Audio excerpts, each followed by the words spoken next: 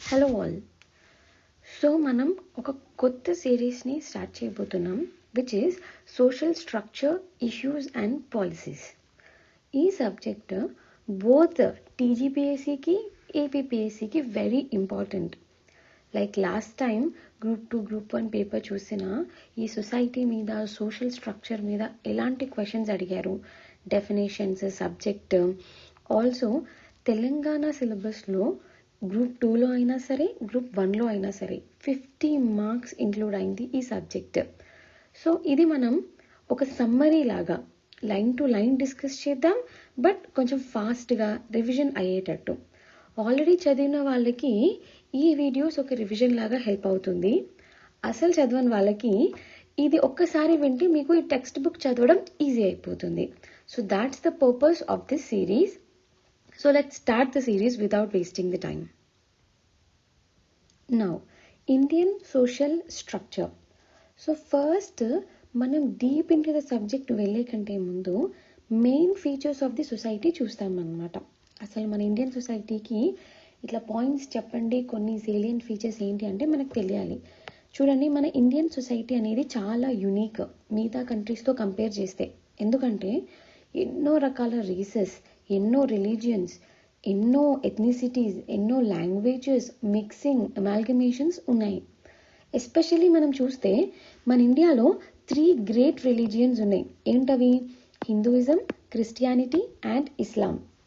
Right? If మనం భారత్ ఇండియాని చూస్తే హిందూయిజం కొంచెం పాపులేషన్ వైజ్ ఎక్కువ కనిపిస్తుంది, but there are also Christians and Muslims in significant number కదా. వాళ్ళు కూడా మనకి గ్రేటర్ నెంబర్లో కనిపిస్తారు. బికాస్ ఓవరాల్గా మన పాపులేషన్ చాలా ఎక్కువ, ఈవెన్ చైనా కంటే ఎక్కువ పాపులేషన్ ఉంది. అలా చూస్తే ఈవెన్ 10% ఆఫ్ ది పాపులేషన్ అన్నా కూడా మనకి చాలా ఎక్కువ నెంబర్సే కనిపిస్తాయి కదా. అయితే మన ఇండియన్ సొసైటీలో మనం కాస్ట్ సిస్టమ్ అనే ఒక ట్రెడిషన్ని ఫాలో అవుతూ ఉంటాం.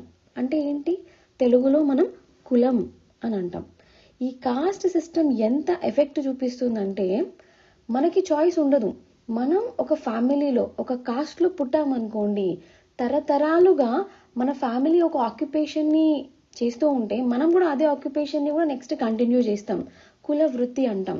ఇఫ్ అగ్రికల్చరల్ ఫ్యామిలీలో పుడితే obviously the next generations agriculture మీద ఐడియా ఉంటుంది, దాన్ని కంటిన్యూ చేస్తారు. వీవింగ్ ఫ్యామిలీలో పుడితే ఆటోమేటిక్గా ద జనరేషన్స్ కూడా వీవింగ్ కంటిన్యూ చేస్తారు. ఇది ఒకప్పటి నుంచి వస్తున్న ట్రెడిషన్ అన్నమాట, ఈ కాస్ట్ సిస్టంలో ఉన్న ట్రెడిషన్. ఎస్, ఇప్పుడిప్పుడు ఈ కాలంలో మనం చాలా చేంజెస్ చూస్తున్నాము. చాలామంది సాఫ్ట్వేర్ అని, ఫారెన్కి వెళ్ళడం అని, ఇలాంటి ట్రెడిషనల్ ఆక్యుపేషన్స్ని వదిలేస్తున్నారు. బట్ మనం బిగినింగ్ నుంచి చూసుకుంటే గనక మనం పుట్టిన ఫ్యామిలీ నుంచి మన కాస్ట్, మన ఆక్యుపేషన్ అనేది మనకు ఇంబైబ్ అవుతుంది. రైట్? సరే, ఇలా ఇంత డిఫరెన్సెస్ ఎందుకు ఉన్నాయంటే మనం ఏన్షియంట్ హిస్టరీ నుంచి చూస్తే రకరకాల ఫారినర్స్ మన ఇండియాలోకి వచ్చారు. చాలామంది వచ్చి ఇక్కడే సెటిల్ అయ్యారు. కొంతమంది ఇక్కడ కొన్ని సెంచరీస్, కొన్ని సంవత్సరాలు ఉండి మళ్ళీ బ్యాక్ టు హోమ్ వెళ్ళారు. బట్ మోస్ట్ ఆఫ్ దెమ్ అయితే ఇక్కడికే వచ్చి మన కల్చర్ని అలవాటు చేసుకుని ఇక్కడిక్కడే పెళ్ళిళ్ళు చేసుకుని సెటిల్ అయిపోయారు. అందుకే మనకి రకరకాల రిలీజియన్స్ కనిపిస్తాయి అన్నమాట. రైట్? ఇప్పుడు మనం చూస్తే ముస్లిమ్స్, ఈ ఇస్లాం అనేది మనకి ఫారిన్ నుంచి వచ్చింది ఇండియాలోకి. క్రిస్టియానిటీ అనేది ఫారినర్స్, యూరోపియన్ కంట్రీస్ నుంచి వచ్చింది. అలా ఫారిన్ రిలేషన్స్ ఉన్నాయి. సేమ్ లైక్ ఇండియాలోనే ఒరిజినేట్ అయిన రిలీజియన్స్ కూడా ఉన్నాయి. ఏంటవి? Buddhism, Jainism, Sikhism. ఇవి ఇండియన్ ఎలిమెంట్స్ అన్నమాట. ఇక్కడే ఆరిజినేట్ అయ్యి ఇక్కడే డెవలప్ అయ్యాయి.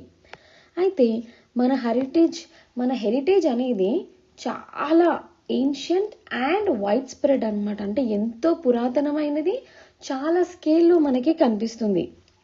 ఇప్పటి మన ఈ కల్చరల్ హెరిటేజ్ ఏదైతే ఉందో అదొక మిక్సింగ్ జరిగిందనమాట బాగా. ఎలాగా?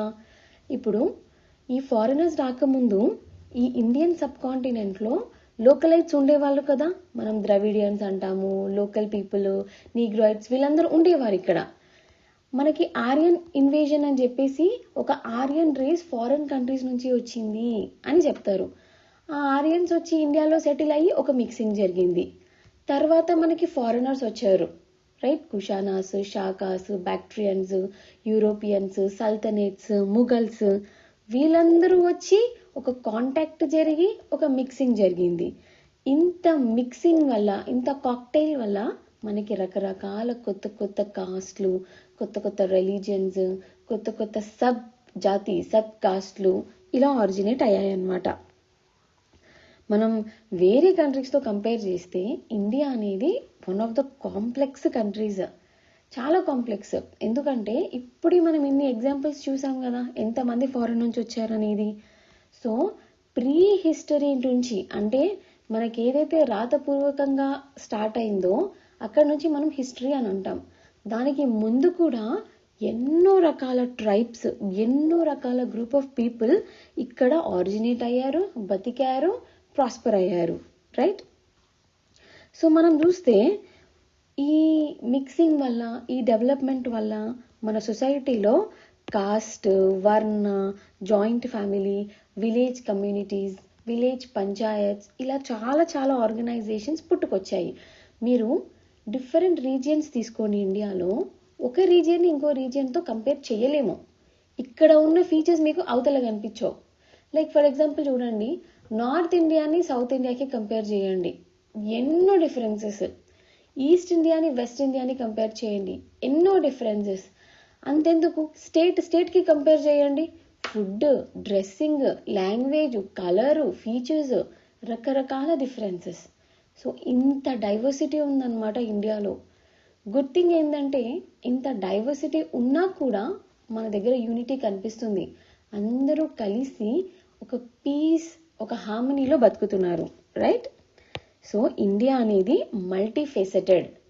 ఇదేంటంటే ఒక కంట్రీ గురించి చెప్పండి అంటే ఒకటే రిలీజియన్ ఒకేలాగా ఉన్నారనుకోండి, లైక్ అమెరికా, ఒక డెఫినేషన్లో చెప్పేయచ్చు, ఒక జనరలైజ్డ్ స్టేట్మెంట్లో. బట్ ఇంత డిఫరెన్సెస్, ఇంత డైవర్సిటీ ఉన్న ఇండియాలో ఒక జనరలైజ్డ్ లైన్లో మనం ఎలా చెప్పగలం ఇండియా గురించి? ఇంపాసిబుల్. అందుకే ఒక్కొక్క హిస్టారియన్కి, ఒక్కొక్క స్కాలర్కి ఒక్కొక్క ఒపీనియన్ ఉంటుంది అనమాట. ఒకరు క్రిటిసైజ్ చేస్తే ఇంకొకరు పొగుడతారు, ఒకరు ఎక్స్ట్రీమ్గా ఉంటే ఒకరు లిబరల్గా చెప్తారు. సో రకరకాల ఒపీనియన్స్ ఉంటాయి. అయితే ఇంత రిలీజియస్ డిఫరెన్సెస్ కనిపిస్తున్నాయి కదా, ఎస్పెషల్గా మనకి త్రీ మేజర్ రిలీజియన్స్లో మనకి డిఫరెన్సెస్ కనిపిస్తాయి: హిందూ, ముస్లిం అండ్ క్రిస్టియానిటీ. ఇంకా మనం ఇంకొంచెం మైనారిటీ రిలీజియన్స్కి వెళ్ళామనుకోండి, బుద్ధిజం, జైన్స్, పార్సీస్, సిఖ్స్, వీళ్ళ ఓన్ కల్చర్, వీళ్ళ ఓన్ ట్రెడిషన్ వాళ్ళకి సెపరేట్గా ఉంటుంది. నెక్స్ట్, ఆల్సో ఇండియాలో మనకి వేరియస్ సెక్షన్స్లో వెల్త్ అండ్ పవర్లో డిఫరెన్సెస్ కనిపిస్తాయి. అంటే ఇండియాలో ఒక 4 to 5% పాపులేషన్ దగ్గర ఆల్మోస్ట్ మోర్ దెన్ 75% వెల్త్ వీళ్ళ కొద్ది మంది దగ్గరే ఉంది. మిగతా 25% వెల్త్ ఏదైతే ఉందో అది 80% పాపులేషన్ దగ్గర ఉండిపోయిందనమాట. 80 కంటే మోర్. సో ఇంత డిఫరెన్స్ ఉంది వెల్త్ అండ్ పవర్లో. దీనివల్ల ఏమవుతుంది అంటే మనకి ఈ స్టేటస్ అని ఒక ఫ్యాక్టర్ వస్తుంది, డిఫరెంట్ సెక్షన్స్ తయారవుతాయి. ఈ వైపు కాకుండా ఇంకొక సైడ్ రకరకాల గ్రూప్స్ ఉన్నాయి, వాళ్ళకి ఓన్ లాంగ్వేజెస్ ఉన్నాయి, వాళ్ళ ఓన్ డైలెక్ట్స్ ఉన్నాయి. ఫర్ ఎగ్జాంపుల్ దీపికా పదుకోన్, ఆమె మదర్ టంగ్ వచ్చేసి తులు. ఓకే, ఇది కర్ణాటకలో ఒక సిగ్నిఫికెంట్ రీజియన్లో మాట్లాడతారు. దాన్ని మనం మేజర్ లాంగ్వేజ్ లాగా చెప్పలేం, కానీ ఆ తులుకి ఒక సెపరేట్ లాంగ్వేజ్ దాన్ని కన్సిడర్ చేస్తారు, వాళ్ళకి ఓన్ డైలెక్ట్ ఉంది, సిగ్నిఫికెంట్ పాపులేషన్ ఉంది. అట్లా ఇండియా మొత్తం రకరకాల గ్రూప్స్ ఉన్నారు. సో మనం ఓవరాల్గా లాంగ్వేజెస్ చూస్తే 1961 సెన్సస్ ప్రకారం 1652 లాంగ్వేజెస్ ఉన్నాయంట. ఇన్ని లాంగ్వేజెస్ మాట్లాడుతున్నారు. కాకపోతే మేజర్గా ఒక 23 లాంగ్వేజెస్ని 97% పాపులేషన్ మాట్లాడుతుంది. ఇప్పుడు హిందీ చూడండి, మీరు నార్త్కి, సెంట్రల్, ఈస్ట్, వెస్ట్ ఎక్కడికి వెళ్ళినా మనకి హిందీ వినిపిస్తుంది, వాళ్ళకి అర్థమవుతుంది. ఇట్లా 23 లాంగ్వేజెస్ ఇండియాలో 97% మాట్లాడుతున్నారు. లాంగ్వేజెస్ మీద డివైడ్ చేస్తే ఇండియాని 12 లింగ్విస్టిక్ రీజియన్స్గా చేయొచ్చు. కాశ్మీరీ, పంజాబీ, హిందీ, బెంగాలీ ఇలా అన్నమాట. ఈ 12 లింగ్విస్టిక్ రీజియన్స్ అంటే ఒక రీజియన్లో ఒక లాంగ్వేజ్, ఇంకో రీజియన్లో ఇంకో లాంగ్వేజ్ మాట్లాడతారు. బట్ కొన్ని లింక్ లాంగ్వేజెస్ అని ఉన్నాయన్నమాట. లింక్ లాంగ్వేజెస్ అంటే ఏంటి? ఇప్పుడు మనం ఏన్షియంట్ ఇండియాని తీసుకున్నామనుకోండి, ఆ కాలంలో నార్త్లో, సౌత్లో, ఈస్ట్లో, వెస్ట్లో ఎక్కడైనా సంస్కృత్ మాట్లాడేవారు చాలామంది కదా. అంటే 4 ప్లేసెస్ని లింక్ చేస్తుంది కదా. అది మెడివల్ టైమ్స్కి వస్తే అప్పటికే మనకి ఇస్లాం వచ్చింది, సల్తనేట్స్, ముఘల్స్ వచ్చారు. అప్పుడు పర్షియన్ బాగా మాట్లాడేవారు, అదొక లింక్ లాంగ్వేజ్. 1600s తర్వాత యూరోప్ నుంచి మనకి పోర్చుగీసు, ఇంగ్లీషు, ఫ్రెంచ్ వీళ్ళు దిగారు. సో వాళ్ళ దగ్గర నుంచి మేజర్గా ఎస్పెషల్లీ ఇంగ్లీష్ మన దగ్గర చాలా డెవలప్ అయ్యారు కాబట్టి బ్రిటిష్ వాళ్ళు ఇంగ్లీష్ అనేది లింక్ లాంగ్వేజ్గా ఫామ్ అయిందనమాట. అయితే మన ట్రెడిషనల్ ఇండియన్ సొసైటీలో మనకు కొన్ని సోషల్ వాల్యూస్, కొన్ని ఎథిక్స్ ఉన్నాయన్నమాట. దాన్ని బట్టే మన బేసిక్ లైఫ్, మన కండక్ట్, మనం ఎలా బిహేవ్ చేస్తాము అనేది డిసైడ్ అవుతుంది. మనం కూడా చూస్తాం కదా, ఇంట్లో పెద్దవాళ్ళు చెప్తారు ఇది కరెక్ట్ కాదు, లైక్ పండగలకి ఇలా చీరలు కట్టుకోండి, పూజలు చేయండి, పెద్దవాళ్ళకి దసరా రోజు కాళ్ళు మొక్కండి, రెస్పెక్ట్ తీసుకోండి. ఇలాంటివి చాలా మన కల్చరల్ హెరిటేజ్ మనకు వచ్చింది. ఇట్లా చూసుకుంటే మనకు కొన్ని బేసిక్ ఫౌండేషన్స్ ఉన్నాయి ట్రెడిషనల్ సొసైటీలో. ఏంటవి అంటే స్పిరిచువలిజం. మీరు ఇండియాలో మ్యాక్సిమం పాపులేషన్ని తీసుకోండి, మోర్ దెన్ 90% తీసుకోండి, ఖచ్చితంగా దేవుణ్ణి నమ్ముతారు, రైట్. వాళ్ళ రెస్పెక్టివ్ గాడ్స్ని నమ్ముతారు. స్పిరిచువలిజం అనేది పార్ట్ అండ్ పార్సల్ అయిపోయింది. దాంట్లో ఏం చెప్తారు వాళ్ళు, ఈ మెటీరియల్ థింగ్స్ కోసం, ఈ వస్తువుల కోసం వెనకాల పడొద్దు, మంచిగా లైఫ్ బతికేసి దేవుడి ఆశ్రయం కోసం దేవుని సీక్ చేయాలి, ట్రూత్ని సీక్ చేయాలి అనేది మన ఫిలాసఫీ. అలాగే ఇండియన్ సోషల్ ఆర్గనైజేషన్ అనేది ఒకప్పటి నుంచి 4 ఆశ్రమాలుగా డివైడ్ అయింది. ప్రతి మనిషి ఈ 4 ఆశ్రమాలని పాస్ అవ్వాలి అంట. ఏంటది? బ్రహ్మచర్య అంటే మనం పుట్టి ఒక అడల్ట్గా పెరుగుతాం, రైట్. మనం పెరిగి ఒక యుక్త వయసు వచ్చే వరకు అది బ్రహ్మచర్యం. దెన్ గృహస్థ, పెళ్లి చేసుకోవాలి, మనకు ఒక వైఫ్ ఆర్ స్పౌస్, హస్బెండ్ వస్తారు, పిల్లల్ని కంటాం, వాళ్ళ రెస్పాన్సిబిలిటీ. గృహస్థ.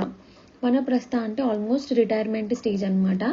ఇక్కడ మనం లైక్ మన లైఫ్కి, ఒక ఎగ్జిస్టెంట్కి మీనింగ్ ఏంటి, what is the basic truth behind life, soul అంటే ఏంటి, వీటి గురించి సీక్ చేస్తాం. వనప్రస్థ అంటే లిటరల్ మీనింగ్ అడవుల్లోకి హర్మిట్స్ వెళ్ళి ఎలా ట్రూత్ కోసం వెతుకుతారో మనం కూడా ఒక కైండ్ ఆఫ్ స్టేజ్కి పాస్ అవుతాం.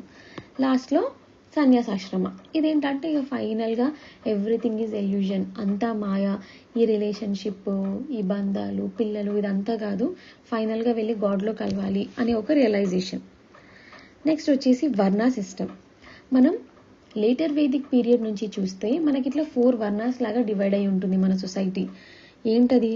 ఫస్ట్ బ్రాహ్మణాస్, వీళ్ళు ప్రీస్ట్ లాగా పనిచేసేవారు, పూజలు చేసేవారు, దేవుడికి మనిషికి మధ్యలో ఒక లింక్ లాగా పనిచేస్తారు. సెకండ్ లెవెల్లో క్షత్రియాస్, వీళ్ళు ఫైట్ చేసేవారు, వారియర్స్ అన్నమాట. ఎక్కడ యుద్ధం జరిగినా మన టెరిటరీస్ని కాపాడుకోవడానికి ఫైట్ చేయడానికి వెళ్ళే వాళ్ళలో క్షత్రియాస్ ఉంటారు. వైశ్యస్ అనేవారు ట్రేడింగ్ చేసేవారు, మర్చెంట్స్ లాగా, ట్రేడర్స్ లాగా ట్రేడ్ అండ్ కామర్స్ చేసి మనీ డిస్ట్రిబ్యూషన్లో హెల్ప్ చేశారు. లాస్ట్గా శూద్రాస్, వీళ్ళు ఏంటంటే ఒక సర్వింగ్ కాస్ట్ లాగా అనమాట. ఎక్కువగా ఫార్మింగ్ చేసేవాళ్ళు అగ్రికల్చర్. మిగతా వాళ్ళు ఈ పైన ఉన్న 3 వర్ణాస్కి సర్వీస్ చేస్తూ బతికేవారు అనమాట. ఇంకోటి ధర్మ is the most important Tenet. అంటే మనం సొసైటీలో ఎలా ఉండాలి, మన ఫంక్షన్ ఏంటి, మన రోల్ ఏంటి, as a husband, as a father, as a daughter, as a son, మన రెస్పాన్సిబిలిటీస్ ఇలా ఉండాలి, ఇది కరెక్ట్ కాదు, ఇది కరెక్ట్, ఇదంతా ఒక కోడ్ ఆఫ్ కండక్ట్. ఎలా వచ్చింది మనకి? మనం ధర్మ అనే కోడ్ ఆఫ్ కండక్ట్ నుంచి వచ్చింది. అయితే ఇవన్నీ కాకుండా కూడా మన ఓన్ సైంటిఫిక్ ఆస్పెక్ట్ మనకుంది ఇండియన్ సొసైటీలో.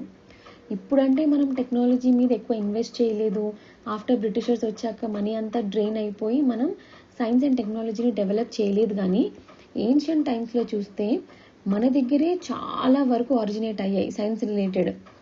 ఇప్పుడు ఆయుర్వేదిక్ మెడికల్ సిస్టమ్ రిలేటెడ్ మనకి ఏం బుక్ దొరుకుతుంది? చరక సంహిత. మెడిసిన్ మీద అష్టాంగ హృదయ, సర్జరీ మీద సుశ్రుత సంహిత. ఆ కాలంలోనే ప్లాస్టిక్ సర్జరీ చేశారు, నోస్ సర్జరీ, ఐ సర్జరీ. అప్పుడు అనెస్థీషియాలు ఉన్నాయా, ఏమైనా ఉన్నాయా? డెడ్ బాడీస్ని తీసుకొని దాని మీద వర్క్ చేసి ప్లాస్టిక్ సర్జరీ నేర్చుకున్నారనమాట. సో ఇంత సైంటిఫిక్ నాలెడ్జ్ మన దగ్గర ఆరిజినేట్ అయింది. బట్ తర్వాత ఫారెనర్స్ వీళ్ళంతా వచ్చి ఈ నాలెడ్జ్ని వాళ్ళ కంట్రీస్కి తీసుకెళ్ళి వాళ్ళు ఇన్వెస్ట్ చేసి బాగా డెవలప్ చేసుకున్నారు. మనం చేసుకోలేకపోయాం, అందుకే ఇంకా డెవలపింగ్ కంట్రీ లాగా ఉన్నాం అన్నమాట. నెక్స్ట్ మనం కాస్ట్ గురించి చూద్దాం. ఇది మనం ఆల్మోస్ట్ ప్రతి లైన్ ఎక్స్ప్లెయిన్ చేసుకుంటున్నాము. మనకి ఎగ్జామ్కి ఏది అవసరమో ఆ స్పీడ్లో వెళ్ళిపోవాలి, because exams are very near. Right, group 2 వస్తుంది, గ్రూప్ 1 మెయిన్స్ వస్తుంది. సో ఇదేంటంటే మీకు వింటూ ఉంటే అర్థమైపోతే గుర్తుంటే హ్యాపీ, లేదంటే ఒకసారి వినేసి బుక్ చదివితే ఇంకా హ్యాపీ, రివిజన్ కూడా అయిపోతుంది. సో మనం మ్యాక్సిమం ఫాస్ట్గా కవర్ చేయడానికి ట్రై చేద్దాం. కాస్ట్ అనేది one of the ancient institution అన్నమాట. ఎప్పుడో పురాతన కాలం నుంచి వస్తున్న ఇన్స్టిట్యూషన్ ఇది.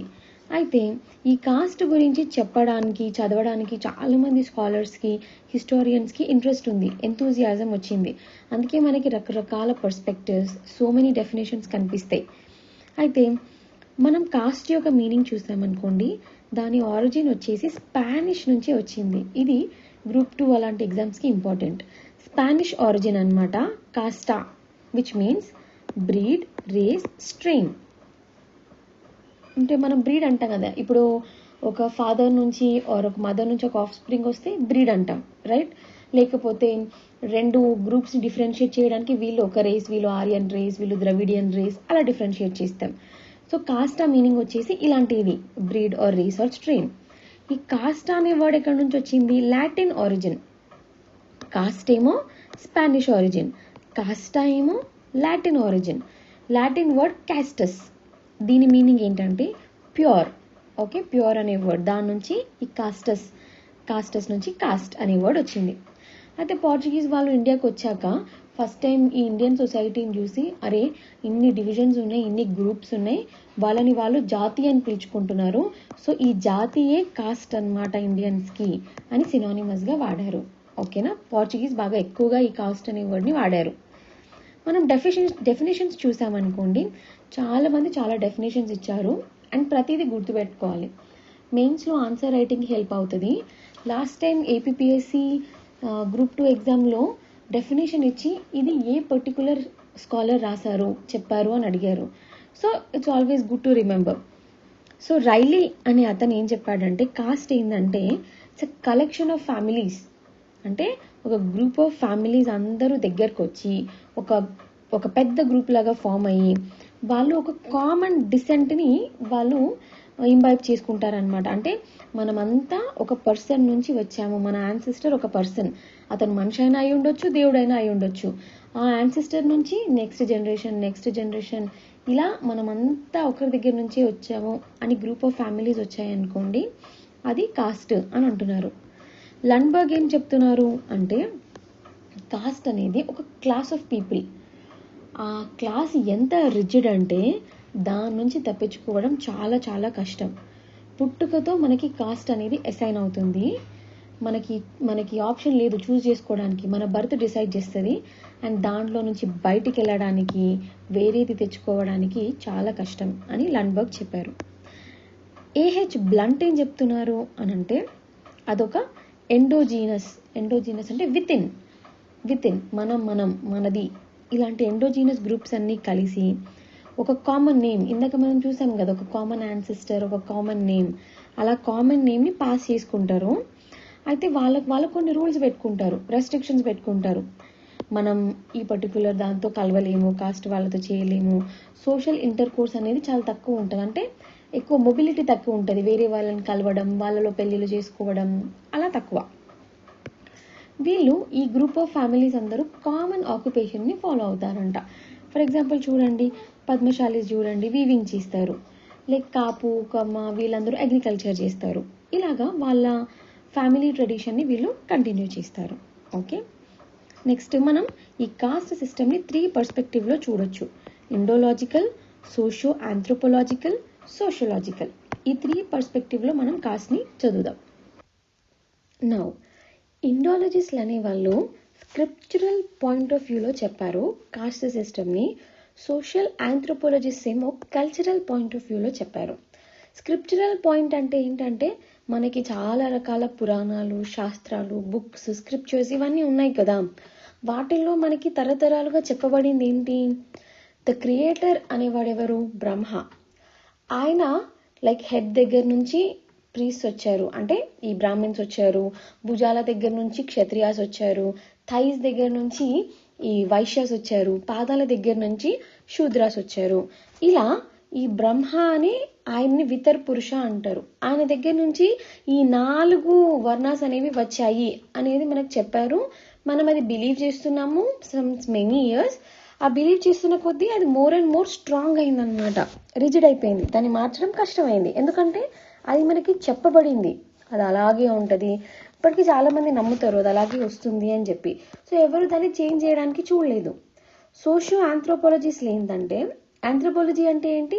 Study of cultures. వీళ్ళు రకరకాల కంట్రీస్ యొక్క కల్చర్స్ని చదువుతారు. సో చాలా మంది historians or scholars like Hutton, Riley, Hubel, Kroeber వీళ్ళు రకరకాల స్ట్రక్చర్స్ని కంపేర్ చేశారనమాట. ఇన్స్టిట్యూషనల్గా, రిలేషన్ వైజ్, స్ట్రక్చర్స్ వైజ్. వాళ్ళేం చెప్తున్నారంటే ఈ కాస్ట్ సిస్టమ్ అనేది ఓన్లీ ఇండియాలోనే కనిపిస్తుంది. ఇట్లా ఒక గ్రూప్ ఆఫ్ ఫ్యామిలీస్ ఉండి కామన్ డెసెంట్, కామన్ యాన్సిస్టర్స్, అలాంటి గ్రూపులు ఇంకా ఎన్నో ఎన్నో, ఇది ఒక యునిక్ సిస్టమ్, ఇండియాలోనే ఉంటుంది అని వాళ్ళు చెప్పారు. కొంతమంది ఏమో లేదు ఇది ఇండియాలో మాత్రమే కాదు, మనకి కంటెంపరీ వేరే దేశాల్లో కూడా కనిపిస్తుంది ఇలాంటి సిస్టము. లైక్ ఏన్షియంట్ ఈజిప్ట్లో, మెడివల్ యూరోప్లో కూడా మనం ఇలాంటి సెగ్మెంట్స్, ఇలాంటి డివిజన్ చూసాము అనేది సోషల్ ఆంథ్రోపాలజిస్టులు చెప్తారు కాస్ట్ సిస్టమ్ని. థర్డ్ పీపుల్ ఎవరు? సోషియోలాజికల్ పర్స్పెక్టివ్. సోషియాలజీ అంటే మనం సొసైటీని చదువుతాం. సొసైటీలో ఉన్న రిలేషన్షిప్స్, ప్రాబ్లమ్స్, హ్యూమన్ ఈక్వేషన్స్ ఇవి చదువుతాం. వాళ్ళేం చెప్పారు అంటే కాస్ట్ సిస్టమ్ అనేది in terms of social stratification, అంటే ఒక సోషల్ ఇన్ఈక్వాలిటీని ఎన్హాన్స్ చేసేది ఈ కాస్ట్ సిస్టమ్ అనేసి వాళ్ళు చెప్పారు. అంతే కదా, పెద్ద కాస్ట్, మిడిల్ కాస్ట్, లేదు వాళ్ళ కింద మళ్ళీ వీళ్ళు, వీళ్ళ కింద వాళ్ళు, ఇట్లా ఏమైంది? ఇన్ఈక్వాలిటీ అయిపోయింది. వీళ్ళు కొంచెం పెద్ద కాస్ట్ వాళ్ళు, వాళ్ళతో ఎందుకులే పెట్టుకోవడం, మనం ఒకలాగా ఉందాం, ఇలా ఒక ఇన్ఈక్వాలిటీ అనేది వచ్చింది. Next characteristics of the cost చూసామనుకోండి. ఈ ఏఎస్ గూరియే ఈయన ఏం చెప్తారంటే ఈ కాస్ట్ సిస్టమ్ అనేది ఎంత కాంప్లెక్స్ అంటే అది ఖచ్చితంగా ఏదో ఒక రోజు ఫెయిల్ అవుతుంది. సింపుల్గా ఉన్నది నడుస్తుంది, easy to transfer to generations. ఇంత కాంప్లెక్సిటీ అనేది ఏదో ఒకసారి డైల్యూట్ అయిపోతుంది అని చెప్పారు. సరే అనుకుని 6 క్యారెక్టరిస్టిక్స్ చెప్పారనమాట కాస్ట్ సిస్టమ్ది. ఫస్ట్ ఏంటంటే it acts as a segmental division of society. ఏంటి? ఇప్పుడు మనకి ఈ సొసైటీలో రకరకాల కాస్ట్లు ఉన్నాయి. ఖచ్చితంగా మీకు కాస్ట్ కనిపిస్తుంది. అది ఎలా వస్తుంది? మన పుట్టుకతో వస్తుంది. మనం ఒక ఫ్యామిలీలో పుడితే జనరేషన్స్ నుంచి అక్కడ ఏ కాస్ట్ ఉందో మనకు అదే వస్తుంది. దాన్ని మనం వేరే కాస్ట్లోకి మార్చుకోవడం కానీ, లేకపోతే చేంజ్ చేసుకోవడం కానీ, లేకపోతే వేరే కాస్ట్ని తెచ్చుకోవడం కానీ ఇది మనం చేయలేం. ఇప్పుడు సిటిజన్షిప్ చూసారనుకోండి, మీరు వెళ్ళి అమెరికన్ సిటిజన్షిప్ తీసుకోవచ్చు, ఆస్ట్రేలియన్ సిటిజన్షిప్ తీసుకోవచ్చు ఇండియాది వదిలేసి. కానీ కాస్ట్ది అట్లా కాదు. మీ ఊర్లో మీరు ఈ పర్టికులర్ కాస్ట్ అని జనాలకు తెలిసిందనుకోండి, మీరు చచ్చిపోయేదాకా మిమ్మల్ని అదే కాస్ట్ లాగా ట్రీట్ చేస్తారు. అవునా? అరే వాడు అది, వాడు ఇది, ఈమె అది. ఒక్కసారి ఫిక్స్ అయితే ఫిక్స్, అంతే, ఇంకా మనం మార్చుకోలేము. సో అలా ఫిక్స్ అయిన తర్వాత ఆ పర్టికులర్ కాస్ట్లో కాస్ట్ కౌన్సిల్స్ అని, పంచాయత్స్ అని వాళ్ళే పెట్టుకుంటారు. ఏదైనా మ్యారేజ్ డిస్ప్యూట్ వచ్చిందనుకోండి, ఏదైనా గొడవ జరిగితే ఆ కాస్ట్ వాళ్ళే ఒక పెద్ద పంచాయతీ లాగా పెట్టుకొని పెద్ద మనుషులు కూర్చొని వాళ్ళే సాల్వ్ చేసుకుంటారు. రైట్? సో ఇది మన కాస్ట్ సిస్టంలోని యూనిక్ ఫీచర్. తర్వాత it acts as a hierarchical division. Hierarchy అంటే ఏంటంటే పైన ఒక సెంట్రల్ ఫిగర్ ఉంటారు, ఆయన కింద వాళ్ళని కంట్రోల్ చేస్తూ ఉంటారు. పైన ఏ అనేది ఒక సెంట్రల్ ఫిగర్ అనుకోండి, తర్వాత బి సెకండ్ స్టేజ్, తర్వాత సి. ఎట్లా ఉంటుంది అంటే బి వాళ్ళు ఏ కింద ఉంటారు, సి వాళ్ళు బి కింద ఉంటారు. అట్లా సెగ్మెంటల్ డివిజన్ లా ఉంటుంది. కాస్ట్లో కూడా అంతే. కొంతమంది మేము సుపీరియర్, మేమే లైక్ స్టార్టింగ్ నుంచి ఉన్నాము, మేము ఒరిజినల్ అన్నట్టు. కొంతమంది ఎస్ మనం కొంచెం ఇన్ఫీరియర్, మనం కొంచెం సెకండ్, మనం కొంచెం థర్డ్ డివిజన్లో వస్తాము. ఇలాగా హైరార్కీ లాగా యాక్ట్ చేస్తుంది అనమాట. నౌ ఇంకొక క్యారెక్టరిస్టిక్ వచ్చి restriction on feeding and social intercourse. ఏంటంటే ఇప్పుడు మనం హైరార్కీ చూసాం కదా, టాప్ కాస్ట్, మిడిల్గా, మళ్ళీ లోగా ఉండే కాస్ట్, ఇలా అని చెప్పేసి. సో ఎప్పటి నుంచో ఎలా ఉండేదంటే ఒక కాస్ట్ వాళ్ళు ఇంకో వాళ్ళతో కలిసి కూర్చొని తినడం అది చేసేది కాదు. ఇప్పుడు సుపీరియర్ వాళ్ళు ఏం ఫీల్ అవుతారంటే, లేదు లేదు మనమే తినాలి, వాళ్ళు కొంతమంది ఇంట్లో కూడా రానిచ్చే వాళ్ళు కాదు, వాళ్ళతో కలిసి వాటర్ కూడా ఇచ్చేవాళ్ళు కాదు, ఫుడ్ కూడా షేర్ చేసుకునే వాళ్ళు కాదు. ఏం ఫీల్ అయ్యే వాళ్ళంటే, ఒకవేళ లోవర్ కాస్ట్ పర్సన్ మన ఇంటికి వస్తేనే మన ఇల్లు పొల్యూట్ అయ్యేది అని చెప్పి. ఇప్పుడు ఫర్ ఎగ్జాంపుల్ మీరు చాలా సినిమాలో చూస్తుంటారు, కాంతారాలో కూడా చూస్తుంటారు, విలన్ హీరో వచ్చి వెళ్ళిపోయిన తర్వాత ఇల్లు మొత్తం వాష్ చేయమంటాడు, థింకింగ్ వాడు వచ్చి పొల్యూట్ చేశాడు ఏరియాని అన్నట్టు. దీనివల్ల ఏమైపోయింది, సెగ్మెంటేషన్, డివిజన్ అనేది ఎక్కువ అయిపోయింది. లోవర్ వాళ్ళు దూరం దూరంగా, హయ్యర్ వాళ్ళు వాళ్ళే ఒక ప్లేస్లో ఉండడం, ఇలా అయిపోయింది అనమాట. నెక్స్ట్ వచ్చి సివిల్ అండ్ రిలీజియస్ డిజబిలిటీస్. ఇదేంటి అంటే, ఈ పర్టికులర్ డివిజన్ వల్ల ఏమైందంటే, లోవర్ కాస్ట్ వాళ్ళకు రావాల్సిన లిబర్టీ, వాళ్ళకు రావాల్సిన రైట్స్ దక్కలేదు. ఇప్పుడు కొన్ని కమ్యూనిటీ రిసోర్సెస్ ఉంటాయి, వాటర్ పాండ్, లేక్లో మంచి ఫ్రెష్ వాటర్ ఉన్న లేక్ కానివ్వండి, వాళ్ళ క్యాటిల్కి తినిపించుకోవడానికి గడ్డి కానివ్వండి, ఇది అందరూ షేర్ చేసుకోవాలి, ఇది అందరి ప్రాపర్టీ. కానీ లోవర్ కాస్ట్ వాళ్ళని ఏమనే వాళ్ళంటే, మీరు ఊరికి అవుట్స్కర్ట్స్లో, అంటే ఊరికి పొలిమేర ఇక్కడ మాత్రమే మీరు బతకాలి, మీరు విత్ ఇన్ ద ఊరు ఇన్సైడ్ రావద్దు, ఇలాంటి రెస్ట్రిక్షన్స్ ఉండేవి వాళ్ళకి. ఇప్పుడు ఫర్ ఎగ్జాంపుల్ అంబేద్కర్ చూడండి, ఆయన లోవర్ కాస్ట్లో పుట్టారు అని చెప్పి స్కూల్లో మిగతా పిల్లలతో పాటు ఆయనని కూర్చొని ఇచ్చేవారు కాదు, ఆయన క్లాసెస్ బయట కూర్చొని వినేవాడంట. అంత ఇన్సల్ట్ చేశారు మొహం మీదే. అందుకే ఆయన లోవర్ కాస్ట్లని అప్లిఫ్ట్ చేయడం కోసం అంత పని చేశాడు. మోడర్న్ హిస్టరీలో మీరు చూస్తారు కదా. సో ఇంత వర్స్ట్ ట్రీట్మెంట్ ఉండేది లోవర్ కాస్ట్ వాళ్ళకి, వాళ్ళకి రావాల్సిన సివిల్ అండ్ రిలీజియస్ డిసెబిలిటీస్ వాళ్ళకు దక్కలేదు. నెక్స్ట్ ఆక్యుపేషనల్ చాయిస్ మీద రెస్ట్రిక్షన్ ఉండేది. ఇప్పుడు ఒకప్పుడు ఎలా ఉండేదంటే, మనం ఏ కాస్ట్లో పుట్టామో మన యాన్సిస్టర్స్, మన ఫాదర్స్ ఏం చేశారో మనం కూడా అదే కంటిన్యూ చేయాల్సి వచ్చేది. నాకు ఇప్పుడు మ్యూజిక్ అంటే ఇంట్రెస్ట్ ఉంది, డాన్స్ ఇంట్రెస్ట్ ఉంది, నేను వేరే ఆక్యుపేషన్లోకి షిఫ్ట్ అయ్యేంత ఫ్రీడమ్ లేదు. ఇప్పుడు ఎస్ చాలా మారింది, బట్ కొన్ని వేల సంవత్సరాల నుంచి కూడా ఇలాగే కంటిన్యూ అయ్యేదన్నమాట. ఫాదర్స్, గ్రాండ్ ఫాదర్స్ ఏం చేశారో వాళ్ళు కూడా అదే చేసేవారు. సో అది హెరిడిటరీ అయిపోయిందనమాట.